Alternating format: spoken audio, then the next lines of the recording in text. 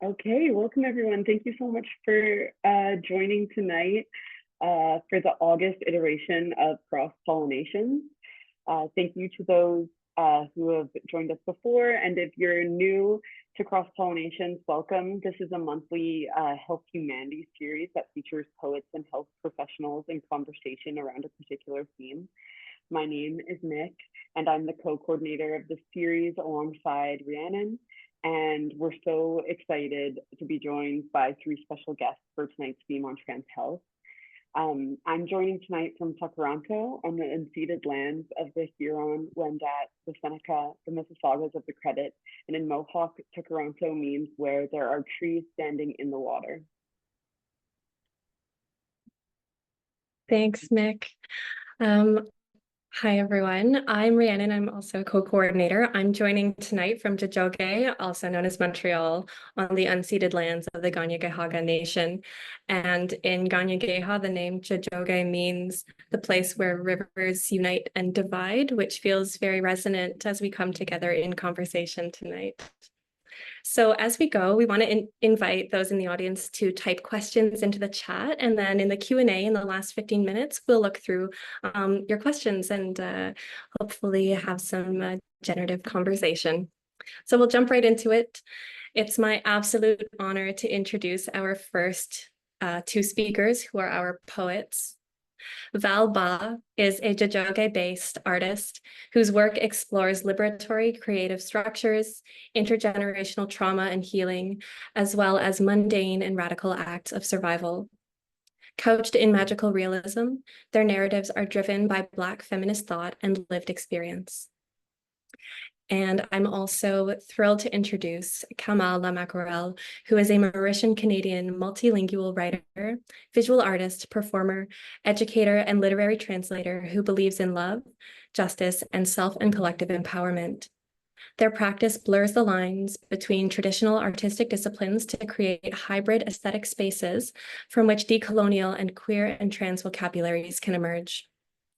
At once narratological and theoretical, personal and political, their interdisciplinary method, developed over the last decade, is grounded in ritual, meditation, ancestral healing modalities, autoethnography, oral history, archival research, and community arts facilitation. Kamal has lectured, performed, and exhibited their work internationally in museums, galleries, theaters, and universities. And in 2021, they were awarded the Canada Council for the Arts Joseph Stauffer Prize for Emerging and Mid-Career Artists in Visual Arts. Their award-winning book, Zombie Femme, Metonymy Press, was named a CBC Best Poetry Book and a Globe and Mail Best Debut. Kamal lives and loves in Tiohtià:ke, also known as Montreal. So I'm going to hand it to Val and Kama. So I guess we could start with theft. Oh, Which is good. I mean, it's the preface of it's like the first story in the book, and I think it's a nice way to initiate the evening.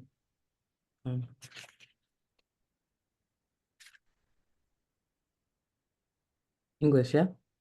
yes. Okay. Just checking. All right. Theft. Imagine for a moment that you're in grade 3. You steal books right off the shelves. It begins with fines from the school library that keep dragging on, and it gradually escalates into shoplifting. All of this serves a higher purpose, to expand your secret stash. In the centerfold in a book on aquatic life, an image of a colony of beach seals reminds you of a greasy plate of griot. There's also an illustrated encyclopedia filled with naked human bodies. You gawk at their genitals before drawing clothes over them. You fail la dictée. Mon école, mon ami, mes amis. À mon école, on fait du bricolage, des dessins et des peintures. On joue ensemble dans la cour de récréation. J'ai plein d'amis. J'aime mon école. When you're finally barred from borrowing books, you hide in the library stacks, slipping comics under your sweater or into your pants. Then you trudge toward the exit under the gaze of the librarian. You can't stand her. But you can't win. She suspects you right away and rats you out, which only makes you want to steal more. Your school bag and locker function as waiting zones for your loot en route to your damp basement, that lawless refuge. That's where the real work begins. A Frankensteinian experiment, courtesy of Scholastic. Cut, paste, layout. Rageful lamination with swipes of a glue stick or scotch tape spawning your beautiful creatures. Child of 1,000 secrets, Prometheus in school clothes. You give these pages a life they could never have expected. A book is just raw material to dissect, to debone, to create anew. The results veer toward the grotesque. Once glorious works of art, glossy-paged magazines, picture books, watercolor fables, new age comics, end up discarded by a pile of laundry. You fail la dictée. Ville, centre, explorateur, communautaire. J'aime ma ville. Il y a un parc, une banque et un centre communautaire. Les avenues de mon quartier sont toutes nommées pour honorer des explorateurs célèbres. L'avenue où j'habite porte le nom d'un explorateur. Mon ami aussi habite sur une avenue qui est nommée après un explorateur très célèbre. You try to keep a low profile in the school corridors, cultivating the who, me look of a withdrawn weirdo, the loner who chases pigeons at recess. It doesn't take long for the librarian to reach out to your teacher about the increasing fines and her unfettered suspicions. Her meddling triggers a complete ban from the library, along with accusations that follow you home. The day the school administration calls your mother to summon her to a meeting, she furrows her brows. What's this again? Bothering people? They got nothing better to do? You barely react, fearful of her temper, of her mood swings, the trepidation that underlies the white woman voice she dons on the phone, her muffled whispers when you call her at work to mediate some fight over the TV remote. She knows that at the root of any institutional mise en scène in this country is the stench of discrimination, an understanding that spreads everywhere like maskriti oil. Kisayovli. No matter the cost, she opposes the unending waves of messages from the school, intimating the failings of her 5 children, listing their deficits, real or imagined, continuously suggesting that she does not belong here, while she labors as an administrative assistant in a nondescript office that unfailingly tells her the same thing. You fail la dictée.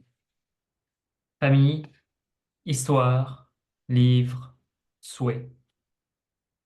Maryse vit avec sa grand-mère, sa grande sœur, son petit frère et son oncle qui étudie en informatique. Elle fait la vaisselle et la cuisine. Elle ne va pas à l'école, mais adore les histoires. Quand on apporte des livres dans son quartier, elle y va toujours, même si on se moque d'elle. Son plus grand souhait est que tous les enfants puissent aller à l'école et apprendre avec des amis. On the day of the appointment, your mother takes a day off work to accompany you to school. She combs your hair into a bun so tight, so elegant that it mirrors hers. Both your dignity and your rage are plastered to your head with extra strength fixative gel and a mist of lustrous pink sheen spray. Protective headgear is a requisite for the proceedings that await you. Upon your arrival at the administration office, you notice her voice, her precise register. Her tone foretells a fight. Her whole body says, "What right do you have to blame my daughter, and by extension, my person and everything that we are?"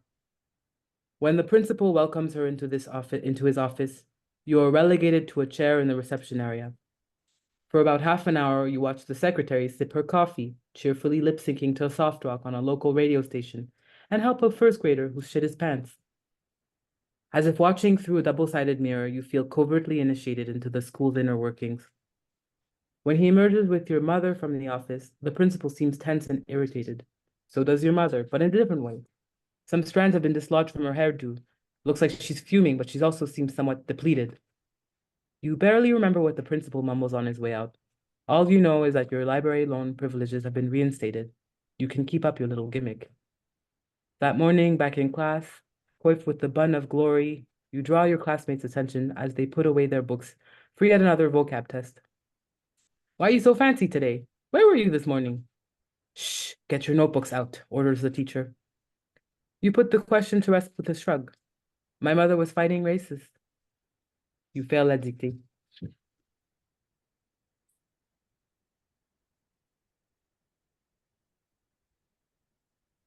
Thank you. Thank you. So for context, this was the first story in the Rage Letters, which Val wrote and published in French, Les Enragés, and that I got the pleasure and privilege to translate into English. I think you were one of the first people to read it, actually. We like sent it to you right away. Yeah.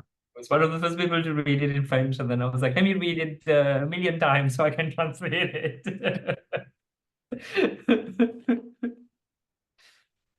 Mm. And it's yeah, it's kind of like yeah, it's an interesting sort of like I feel full circle thing where I think a lot of the stories in the book kind of resonate across like collective lived experiences in the city, you know, and I think when I first met you, Kama, you were doing a lot of facilitation. Yeah, absolutely. And I think that's because the next story after theft is actually a story that's very centered in like community sector work, which comes back later on as a theme. And I remember reading theft and then going into a feed or why to the second story, and then just for the first time, like, you know, finding that truthful experience, basically as like queer, transracialized people when we go into the community sector and just see, I had never seen that and experienced the interiority of what it is in a book. And I remember just yeah, just having this moment of recognition, and it really pulled me into the rest of the storytelling. Mm. And I think it's interesting because I think it's so peculiar that we live in this like late stages capitalism in settler colonial like cities where it just so happens that most BIPOC femmes are just doing so much emotional labor for institutions to tell it's you've got this, you've got this. It's a bit like I think structurally like kind of violent. Mhm, mhm. And there's, you know, there's something maybe sickly poetic about it too. It's like I just feel a lot of history transposed on that role. Yeah, like Mhm. working in a house or something. Yeah. Yeah, yeah. Yeah, and I think that in many ways that's something that comes back in the Rage Letters in so many ways, right? Is that specific, you know, kind of care that you're just expected to do, right? That's just projected into you. And I think that for me, in terms of the multiplicity of characters in this book, that's something that comes across very very tangibly, but also very in the interiority of, okay, but what does that do to you, and what does that do to your humanity to always be in that position? Yeah. Mhm. That's so real. Oh, yeah, interiority. I mean, um, rage. Like, okay, just picking up on that's like a big theme, obviously.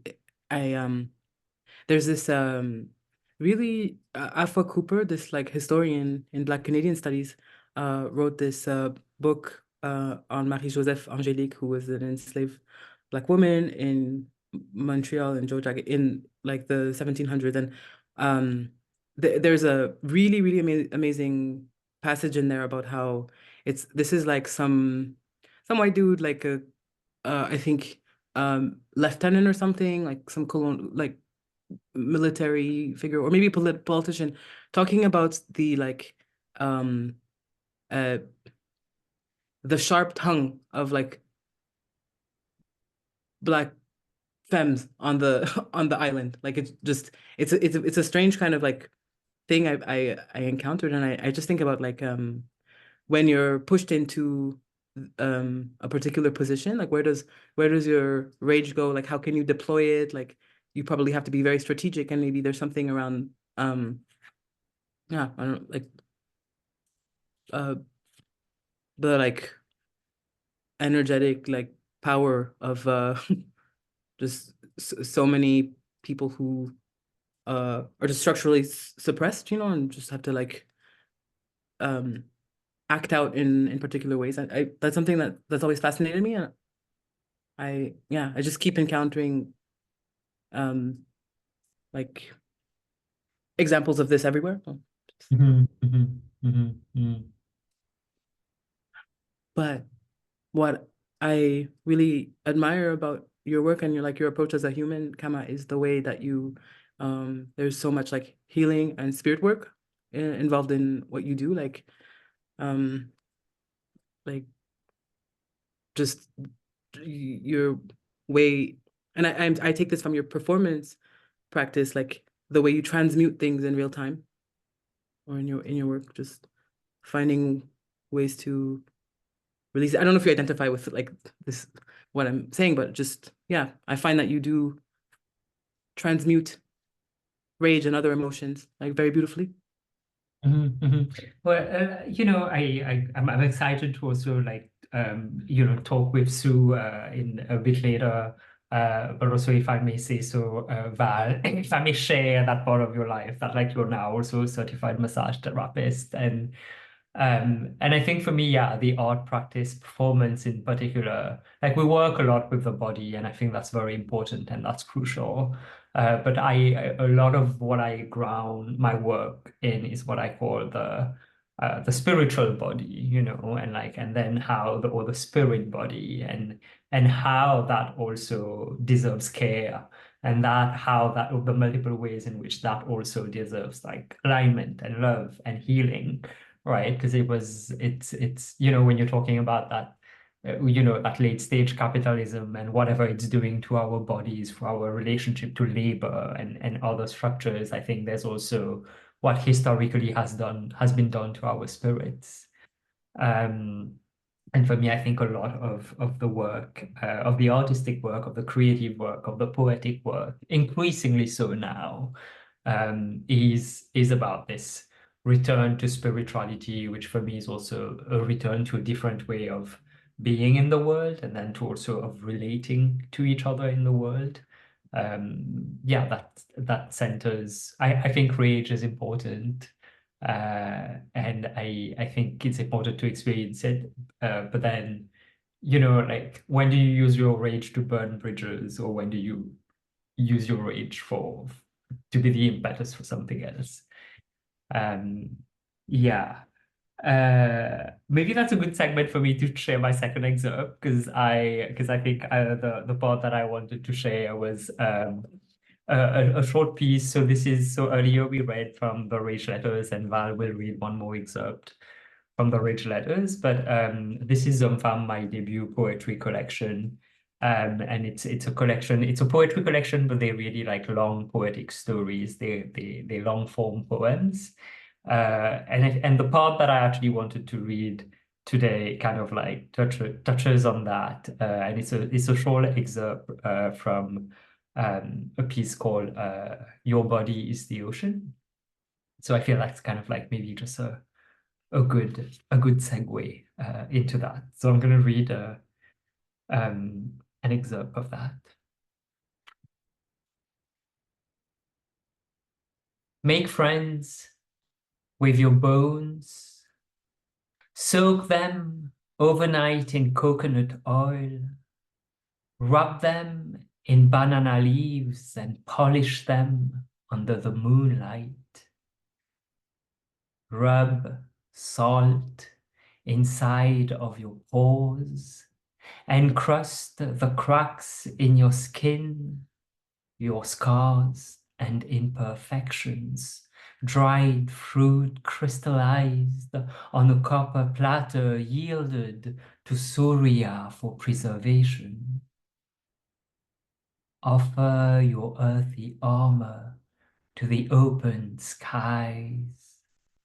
Let the burn of salt purify your pain. The rawness of tears purge your wounds. The churn of waves cleanse your island body. Take mountains with the edges of your hip bones. Sculpt temples from the softness of your lips. Make homes for the sacredness of your stories. Your body is whole. Your body is an island. Your body is whole. Your body is the ocean. You are the child of lineages of ceremonial femmes who dreamt you up, reshaped the universe so they could give birth to you.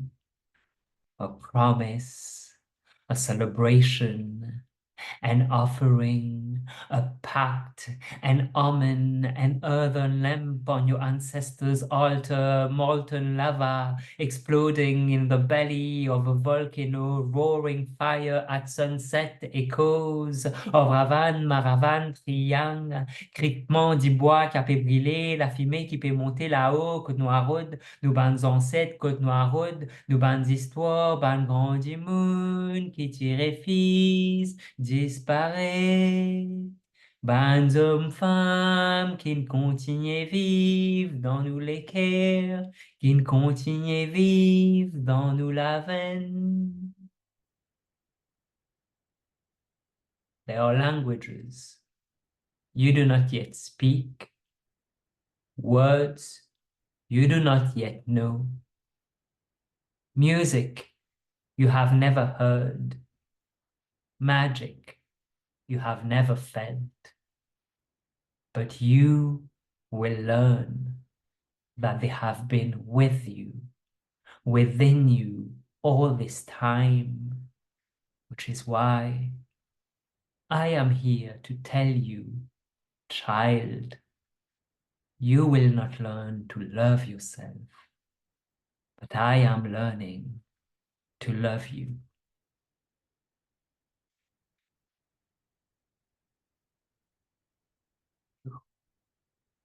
And that was from Your Body is the Ocean from Zomba.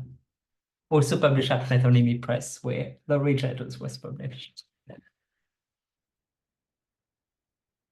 Thank you so much, Kama and Val, for those beautiful readings and also the conversation. There are so many things that we'd love to come back to that you mentioned towards the end, and it would be great to bring Sousa into that conversation as well.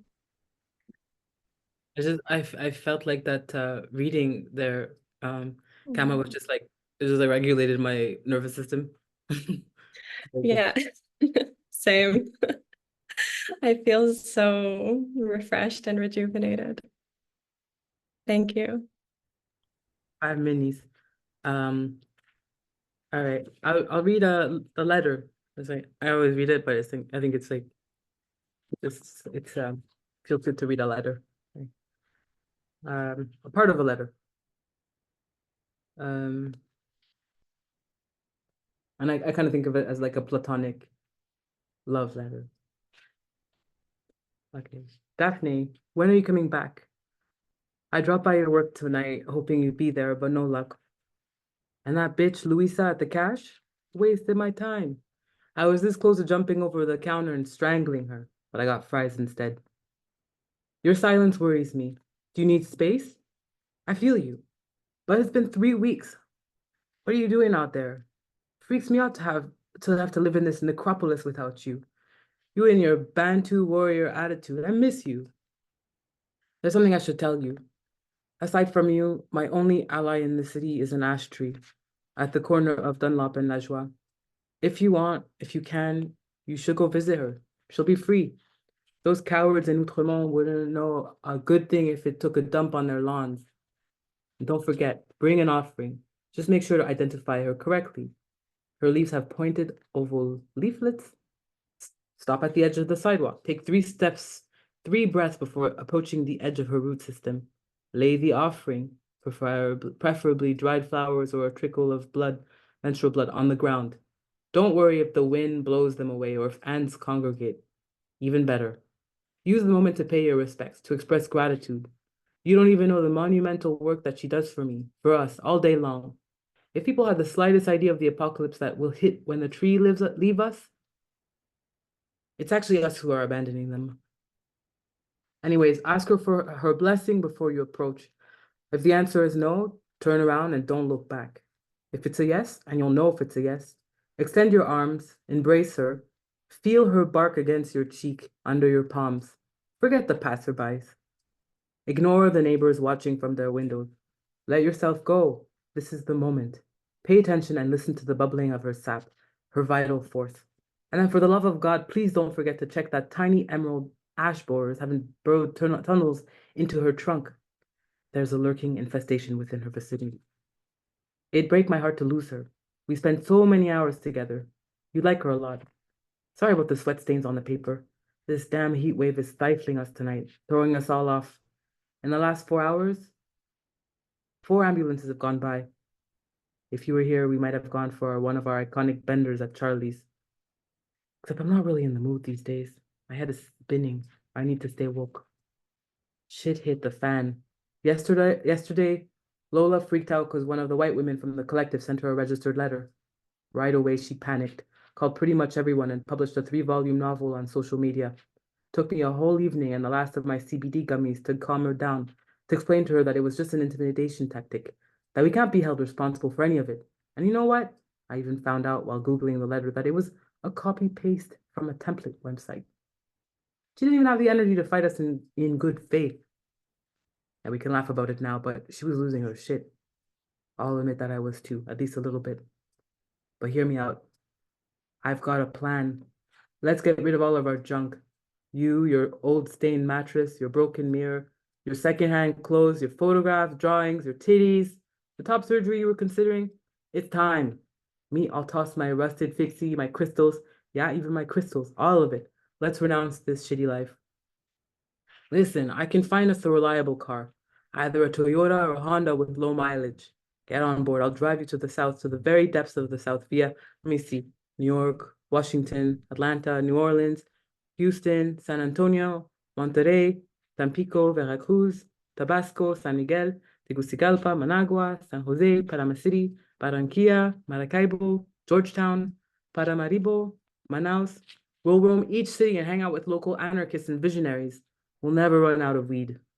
We'll smoke every night before falling asleep under the stars of the state of Pará, Maranhão, and Pernambuco. Once we reach Recife, I'll buy us coffee and ham sandwiches while we swap the car for a cheap sailboat. Sailing can be learned on the go, I'm sure. Let's go. Have you heard the one about the guy, the tiger, and the raft? Eventually, we'll disembark on a volcanic island. First item on the agenda, lay down shirtless on the beach to catch our breaths. Second, cross over the groves until we reach an appropriate clearing. In a sunlit quadrant, I'll put together a garden, and then a refuge. Nothing extravagant, just a lean-to where we can store supplies. Our garden will overflow with an abundance of all sorts of veggies. We'll be the envy of the neighborhood. That is of the turtles, snakes, slugs, hordes of ladybugs and bees that will gently bump into us but never sting. All day long, we'll cultivate the soil, swapping old gossip until it loses all meaning. You'll recite poems you know by heart. We'll parody Rupi Kaur through and through, roasting under the sun. We'll make up stories with no rhyme or reason, with inverted structures, crooked simply for the pleasure of hearing our voices blend with the call of crickets. Amazing. Wow. What you were saying about nervous system regulation, the two of you together, same thing for me. That was absolutely incredible. Thank you so much, Kama and Val. We feel so lucky to witness that reading and conversation from the two of you. All right, everyone. Now we're going to move on to hearing from Susa. So Susa is a primary healthcare nurse practitioner at St. Michael's Hospital Academic Family Health Team in Toronto. She has called this her clinical home base since 1994. She considers herself an old nurse of 35 years and a newer nurse practitioner of 13 years. She has been a consultant trainer with Rainbow Health Ontario since 2014, expanding capacity provincially by teaching about trans and gender expansive medical and surgical primary health care. Susa's incredibly supportive work environment has provided the time and space needed to develop this clinical expertise. She feels very lucky that her current clinical practice is almost exclusively devoted to the overall primary care needs of almost 1,800 trans and gender diverse folks, which she endeavors to provide from an anti-oppressive, harm reduction, sex positive, and health promotion perspective. She has a commitment to continuing involvement in professional development and community-based volunteer activities, which have included board of directors positions for the Canadian Association of Nurses in AIDS Care, the Ontario HIV Treatment Network, and Fife House Foundation. Sue is proud to have been one of the founding members of the Committee for Accessible AIDS Treatment and to have participated in volunteer nursing in Zimbabwe. She has done over 60 presentations to colleagues, patients, and community, and has received 10 awards related to excellence in academia and clinical care. Sue's high level of expertise and commitment to working with trans and non-binary folks has served her both locally and internationally, and she hopes to continue nurturing the resilience of the clients she walks with, learns from, and serves. And as one of her patients, I want to borrow some words from Kama that Susa has helped make home for the sacredness of my story in my body and make friends with my bones. So I pass it off to you, Susa. Oh, thank you so much to all of you, and thank you to Mick, beauty words, and to the League of Canadian Poets. And well, mostly I would say thank you to Kama and Val. Kama and Val, like I feel like I'm floating, and it's not a space I'm used to embodying or experiencing. So thank you for allowing me to ride the wave of your beauty words and intentions. So I come to this, and I'm going to steal one of your words, Val. Like, I came to this with trepidation, and thank you for that beauty word, Val, because I thought, what will I say? I speak from a space of science or a space of, knowledge and facts, and yet I don't. And I think I have forgotten, and I do tend to forget at times, the beauty of nursing, and nursing not only as a science, but the art of nursing. And I come to you today from relearning and ongoing learning as a lifelong learner about the art of nursing, and feeling like that my goal, and for all of us who are providers, and particularly those of us in primary healthcare, we have the benefit and the great privilege of a lifelong relationship with folks, often, for many, many years. And nursing, I believe, is that art of nurturing human resilience and potential, but not as I define it, but as the person defines it. I really believe my role is to hear stories. So that implies I'm listening, which is a thing I practice, and I'm working on it to really stop. And so poetry for me, and stories, short stories, are refuge, are ways for me to stop my brain, because I often think of myself as a head with legs.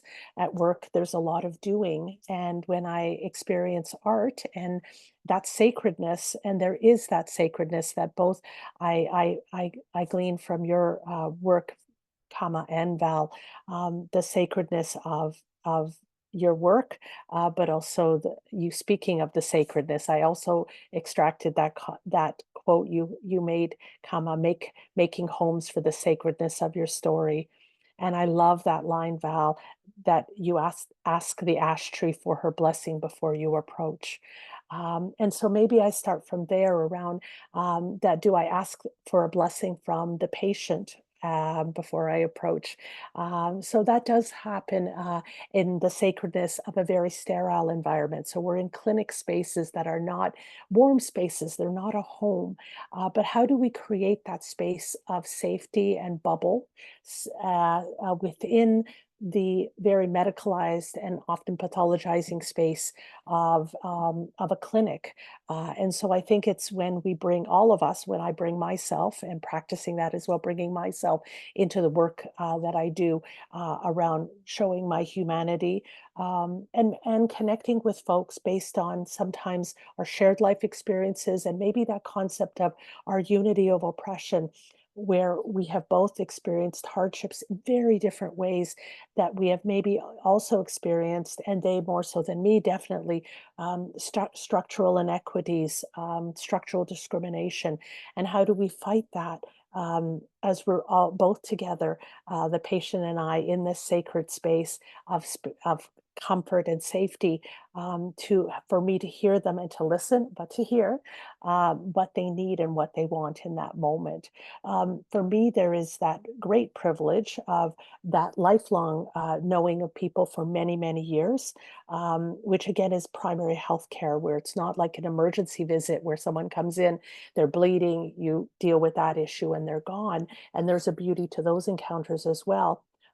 But for me, what's more satisfying is the longer relationship of knowing someone over time and seeing them become, hopefully feel safe enough to show their authenticity, their true self to me in that experience of our time together. And for me, it's about stopping myself, and taking a moment to hear them and to hear their stories, and to honor their stories by reflecting them back.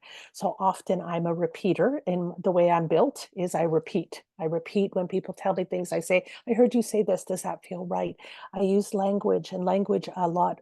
With your first, with Val, with your first piece, I spent many, many hours in a library. It was one of my safe spaces growing up. It was a place I could go to be away from my family of origin. So I love libraries, and I find to be around books, to touch books, to smell books, to have that very visceral experience. I'm still not I will never be a Kindle person, sorry.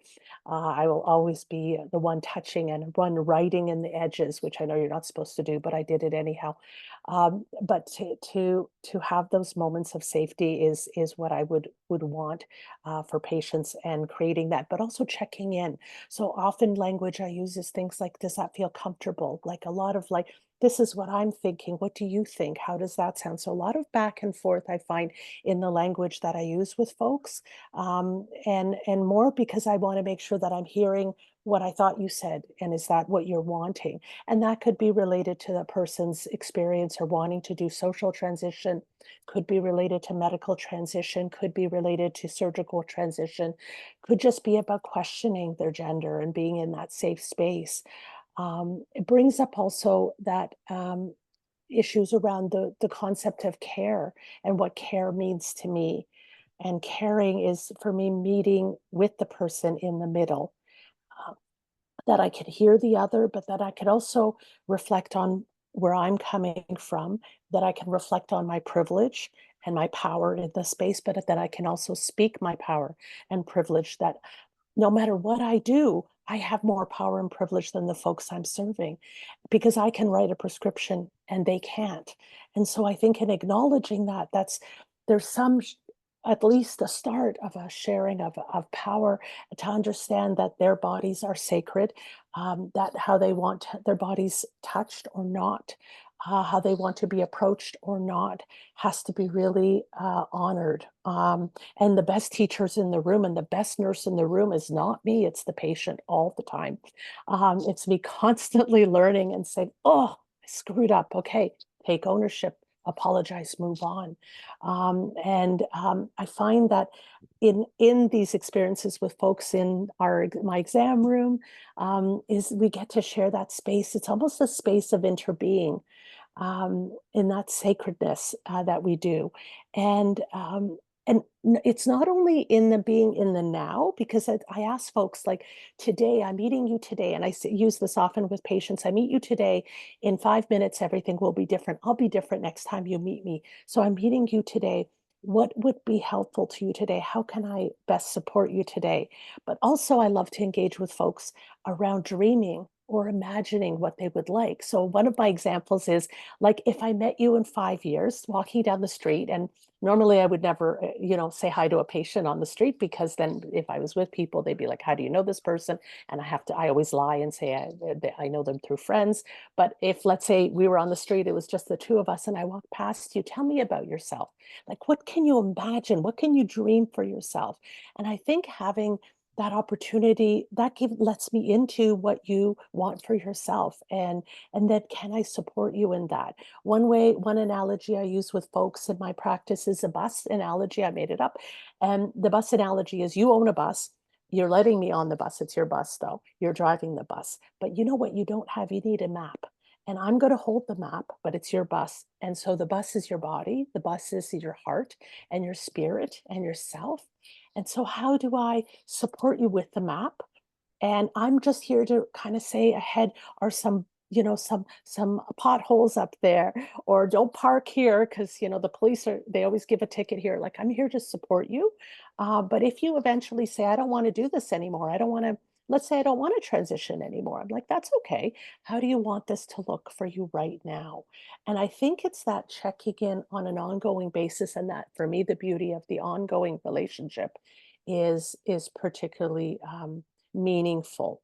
I think it's always important that we acknowledge where folks the complexities of the political sphere within which we are all impacted, but that specifically impact the folks that I serve, around the structural inequities and the discrimination that people are experiencing on an everyday basis. I talk with folks as well, like for folks, let's say, who are transitioning from more the masculine to maybe along the more feminine spectrum.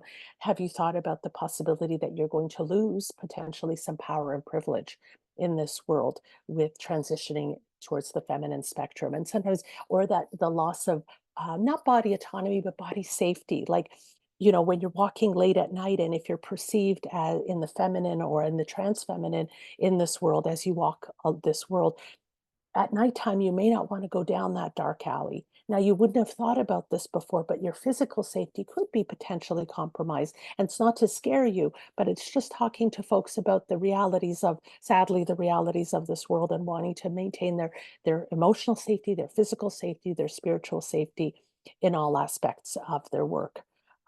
Another part of language, and sort of going back to language, is I teach a lot. I just counted, and last year I had 51 clinics, half-day clinics, where I taught a medical learner. So, and in that, I try to give them um, um, jobs to do, or like challenges. And one of the challenges is, let's say a person is wanting to start feminizing or masculinizing hormone regimen.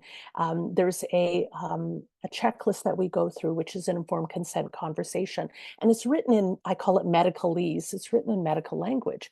And like, I know what it means, but it's confusing, right? So I say to the learner, I'll say, my challenge to you is, I want you to explain this to the patient in everyday language. Like, what does this mean? And I'll show you how I do it. So I tell a story. Everything I do is I tell a story. Tell stories all day long. When I teach people about access to surgeries, I tell a story. I tell you everything I know about the surgery that comes up for me, and I want to tell you tips and tricks and things I learned.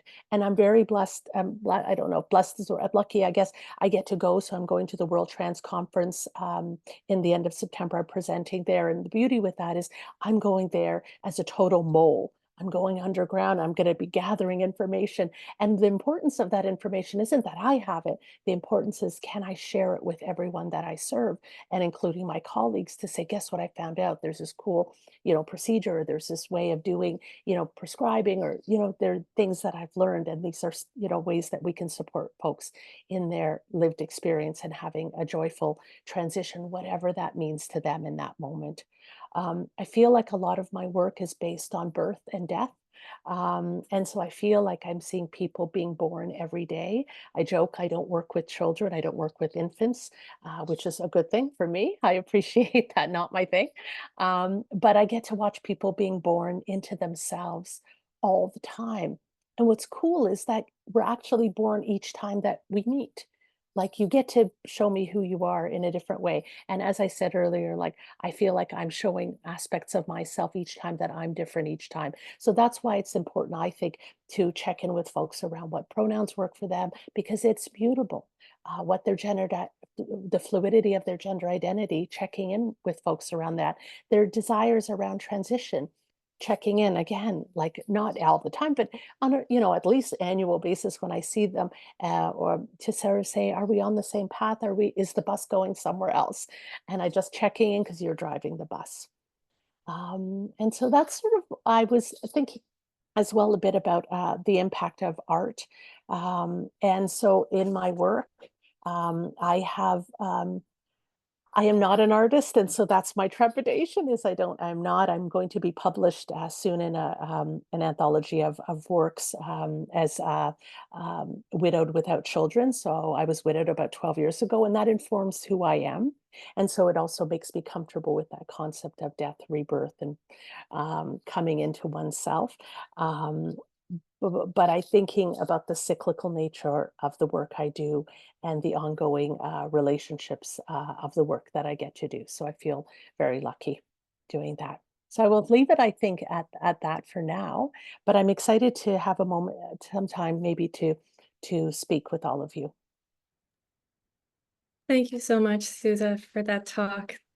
That was really wonderful. I love that you spoke about bearing witness and listening and seeing stories as such a central part of your practice. I think that's so important, especially when it's stories that have been historically invisibilized and suppressed.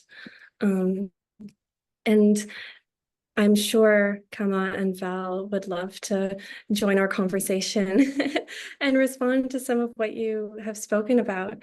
And so I think what we'll do is go into a Q&A period. If anyone has any questions, please feel free to drop them in the chat. But in the meantime, I am going to start off with a question, a very broad question about the meaning of care for all of you in the work that you do, because care and reaching out to one another is such a central theme to your work. For Kama and Val, the care for your characters, the care for the stories and their world, as well as for one another in the act of translation. And for Sue, of course, direct care for your patients and for the trans community. So can each of you speak to what care means to you and how it's a guiding force in the work that you do? Maybe we can start with our poets, Kama and Val, and then go over to Susa. Sure, maybe I'll jump right in, but I feel like I'm going all over the place. I just want to say thank you, Sue, for this presentation. That was just so nurturing and expansive, really. It really, I think I had like, which is funny, my mom was a nurse, she's retired now. And I think I had like maybe a pretty narrow notion of what nursing was. So thank you for this. And I think I'm going to answer that question by like, jumping on a few things, like maybe responding to like how care manifests itself in the artistic practice, but also as a response to what Susa mentioned already, because I think there's a couple of things for me were around like, you talk about the beauty of an ongoing relationship. Like, what is the ongoing relationship within the context of nursing for you? And for me, I think a lot about like as artists, as creatives, on the one hand, like the constant ongoing relationship with the self to start with, right? Like which is always about, because of course I'm not the writer who I was 2 years ago, but I need to be able to acknowledge, the births and the rebirths that allow me to honor who I am now in the now, and then bring that to my creative process, and that was resonating in that way, but also when I think of like care as the ongoing relationship in the case where, translating somebody else's work, right? Like, and that sort of ongoing relationship in literary circles, a lot of times there's that sense that as a translator, like the publishing houses sign the rights, right? Like it's happening behind your back, you don't even know, and then the translator just takes the book and then just translate the book. And I think for me, it's about how do we actually build trust? You know, why would any author trust me with their book and their word, right? Like, so for me, there's something about that ongoing relationship that resonates very much around the notion of care. And maybe the other comment, because I'm going to try and keep it short, which also goes back to something Susan mentioned earlier, was, you know, when you were talking about your relationships with the communities you work with, about creating a space that is safe enough for their authenticity to emerge. And I think for me, that really resonated with me, because I feel like it's, you know, in the act of storytelling, even for my own, to be able to make space for my own storytelling, I do need to scaffold something around me that makes me feel safe enough to be able to allow my story to come out to myself. And there's something for me that really resonated there about like the kind of care, which is not just a relationship to the self, but in terms of community care, in terms of intergenerational care, in terms of, you know, what is it that we build around us to be able to create that safety that then allows us to say, okay, this is the story that I'm going to be putting out there in the world. So yeah, I'm going to keep it to that, so everybody has space to speak as well. But yeah, thank you very, very, very much. Yeah, that was really, really beautiful. Like, I feel like I'm still like, you know, like assimilating what you said, Suza. Like, honestly, so beautiful. And as Kama mentioned, this is like I'm a new massage therapist, and just started at working at a gym spa, and I feel like I just heard so much wisdom here. Just about, I think, like, what is it to stand in a particular context, and to, you know, just as so many of the structures we live in can be dehumanizing, or uh like aseptic.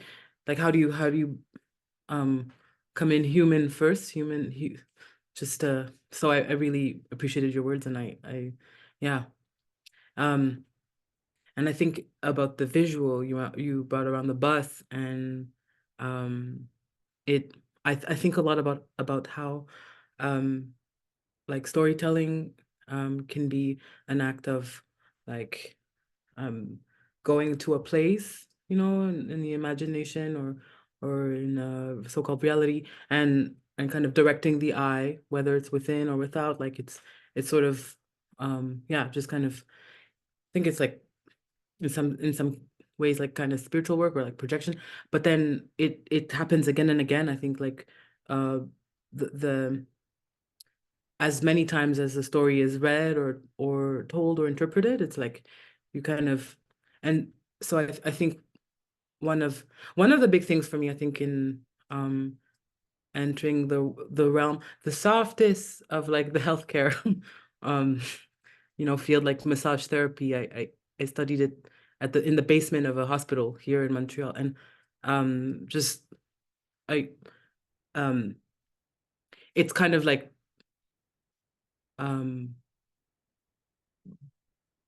brought up a lot of questions around how do we maintain our humanity, and like show up as people. And also, and yeah, it's I heard so much of what you were saying is like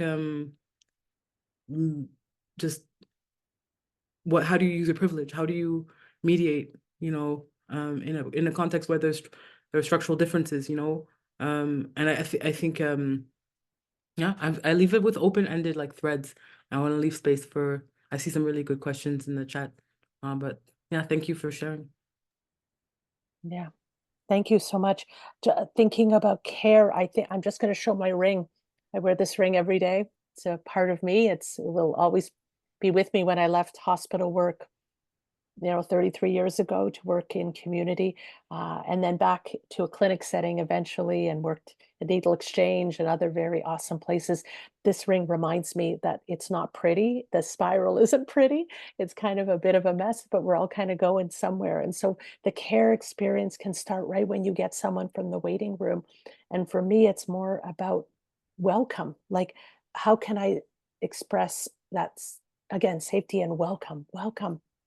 And then let's continue our relationship. Even if we meet twice or once only, how do we together create, it's not just me, how do we together create safety and even on the phone, like, so that's interesting as well, right? Because with COVID, many of my encounters, maybe a quarter, maybe more, a third of my practice is completely virtual. So they're folks I may never meet physically, but it's also hearing them and helping them move forward. So care can look many different ways in that spiral of moving through it and knowing it's not pretty. It's not a perfect spiral that we're it's like spaghetti that we're moving through it together on the bus.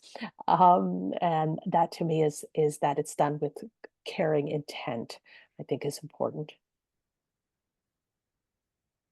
That was a beautiful nuanced little variation of care from so many angles. And as someone who's received a phone call from Zuza, I was in tears within about 5 minutes because I think she said something along the lines of, it sounds like you were the exact person who this should be happening for, and I'm so honored to be doing this with you. And I've never I never felt like a patient in a sense of like togetherness before. It always felt directional. So I think what you're saying about the spiral makes so much sense. And speaking, and this is relating into care, we have a question in the chat from Jennifer Wen, and I'm just going to read out what Jennifer wrote into the chat. So in quotations, trans woman here, I will soon be addressing, as I have done for a number of years, the second year med students at Western University in the context of their trans health unit. This is mostly to present one patient experience, mine of course, but what is one thing you would tell them? So maybe, yeah, we could do the same sort of direction from poets to Suza, something to talk to people studying to get into the care of trans people.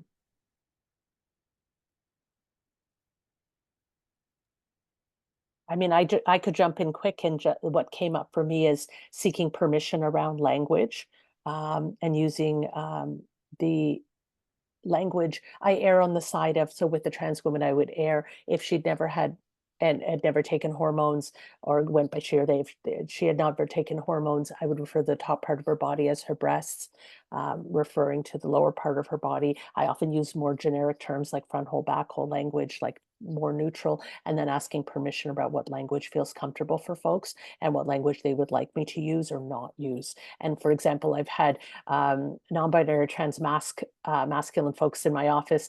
I have one who refers to their menses, their monthly cycle, as the thing. So we talk about and I put it in quotes because they're like, write it that way. And so in their chart, I have it in a special place that to remind me to refer to it as the thing. Also very important to refer to the person in their authentic name, not to dead name them, and to have a place in electronic medical record where that can be documented, and that when you make a mistake, not if, but when, because you will make a mistake because you're human, to take ownership of it, acknowledge it, apologize immediately, and move on. And correct your colleagues. That's been a hard one for me too, with folks, let's say with physicians or folks who have more power than me, where I have to say, I think the person's pronouns are they, them. And it's like, oh yeah, right. So doing those corrections in real time. Go ahead.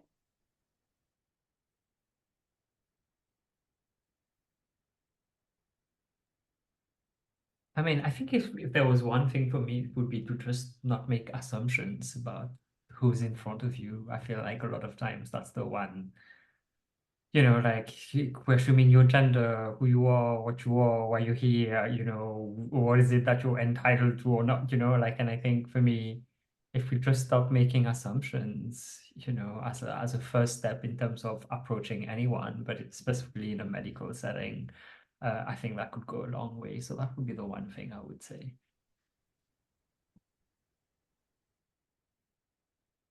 If I had to humbly add something, I mean, I think I am notorious for like declining like conference invitations just because I don't like institutional settings.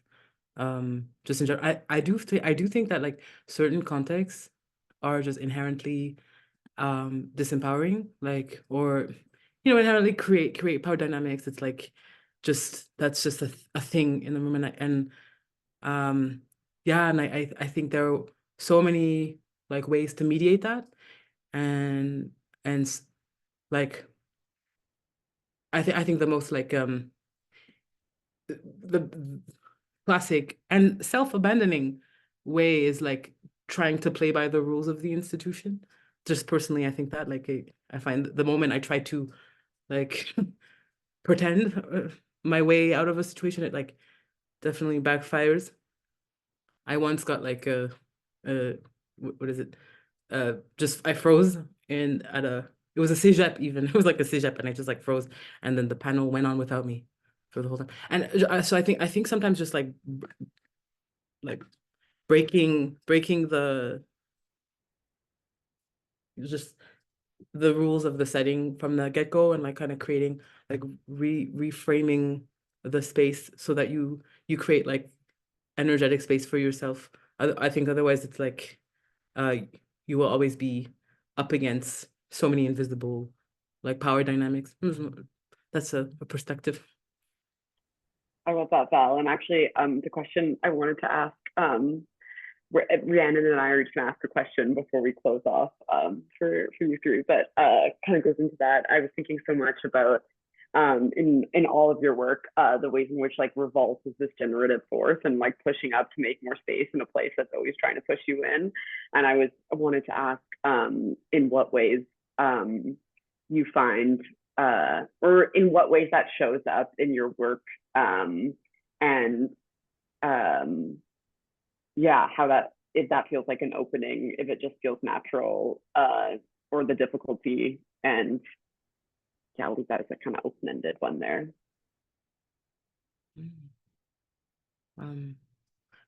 I guess like pushing back. I mean, I think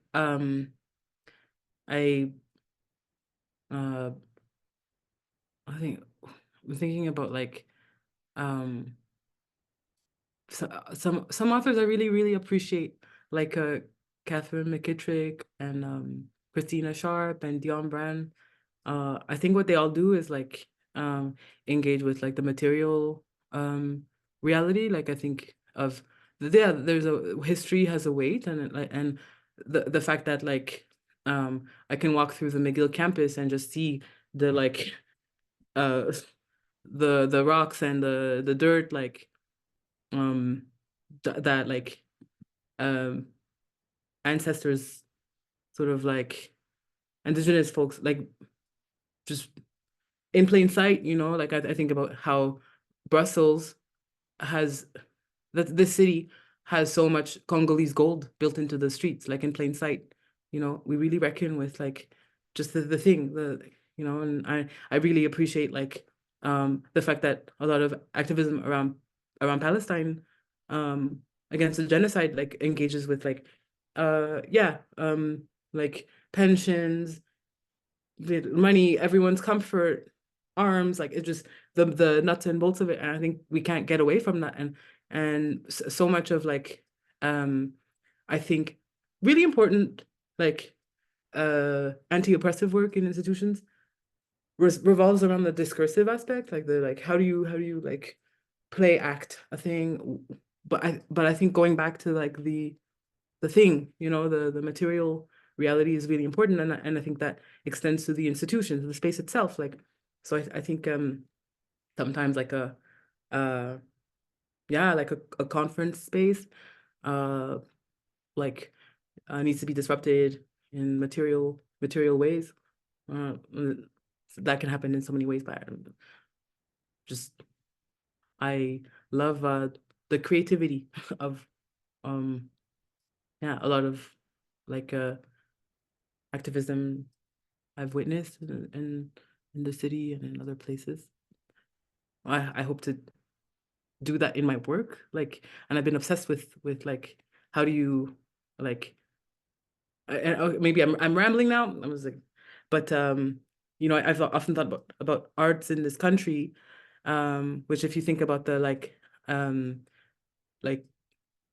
the literary establishment, so much of it was first kind of like funded and propelled as a way to advance the idea of a Canadian culture, like of a settler colonial culture, like a tangible thing. It's this, and then so how do you, and in in a context where so much art is funded, like what here in this country cannot be funded? I think implicitly a lot of people are pushed out just for like meritocracy reasons, but I think there's an actual, maybe there are edges of like things that push back on this state, and it's like money, like it's ill-gotten money. I'm not sure. Those are just questions I'm putting out. I love those questions. I love all that.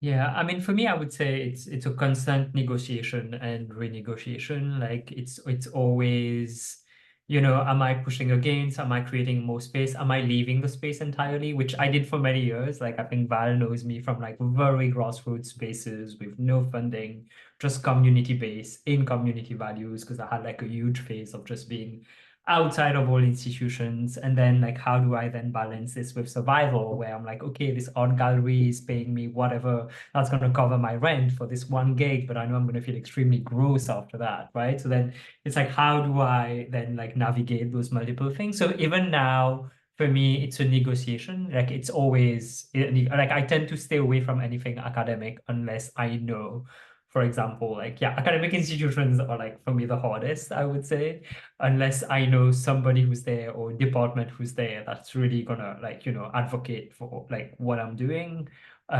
Or do I have space to advocate because I feel academia is like so extractive, like it's gonna want more from you and more from you and more from you, and do I have the space to just say no? And and one of the things that I will say, speaking of privilege as well, is that at this point for me, I have like 12 plus years of artistic practice, like I have a career that's going well, I would say, and that comes with more power. Like I feel for me now, when I go into institutions or I have interactions with institutions, I can say no, if I want to, because I know my rent is not dependent on it. And there's also the reality of this, I think, when we're thinking about like, how are we navigating those spaces as marginalized artists, right? As marginalized people, is that sometimes I'm like, yeah, I've done gigs that I maybe should not have done because it covered my rent, right? Like, so, and I feel like now for me, what's interesting is I have more space to push back because I'm like, I don't care, like I care less. And sometimes that can be very productive as well. Sometimes I did a gig in 2021 with the Museum of Fine Arts in Montreal, and I went in going like, listen, you need me more than I need you, and I just went in, and hopefully that, like it changed the relationship. It really became a totally different relationship that I had with the curators at the museum, but hopefully it changed the relationship of all the other marginalized artists who later on might work with the museum. So sometimes you have like moments like those, and where I'm like, okay, clearly I'm in an education role right now. I'm not just an artist. I can't just show up and do my art, right? Like I also have to do that, which, but in certain circumstances, I don't mind doing it. So all this to say, yeah, for me, it's a constant negotiation and renegotiation, depending on whether I want to push in or whether I'm just like, no, it's case by case for me. And for me, it's finding those moments of invigoration, which to me is the relationship with my patients in a system that is very tired. Those of us I see my beautiful colleague Alora and her beautiful child, and she's been in primary healthcare, as have I, for a number of years, and we're tired. And so how do we find ways of reinvigorating and working from within to enact structural change is not easy, but I think it's those small actions and being persistent, finding your allies from within, and the spiral, back to the spiral. Keep working, keep doing it. I leave you with that. Thank you so much. So next month, the theme of Cross-Pollinations will be Indigenous health and place-based care. We will be joined by the poet Liz Howard and by Jeffrey Anslus, who is a clinical psychologist and author. So that'll be happening on the last Wednesday of September. And until then, we hope you have a wonderful September, and we really look forward to seeing you next time. Thank you so much to everyone who joined us this evening.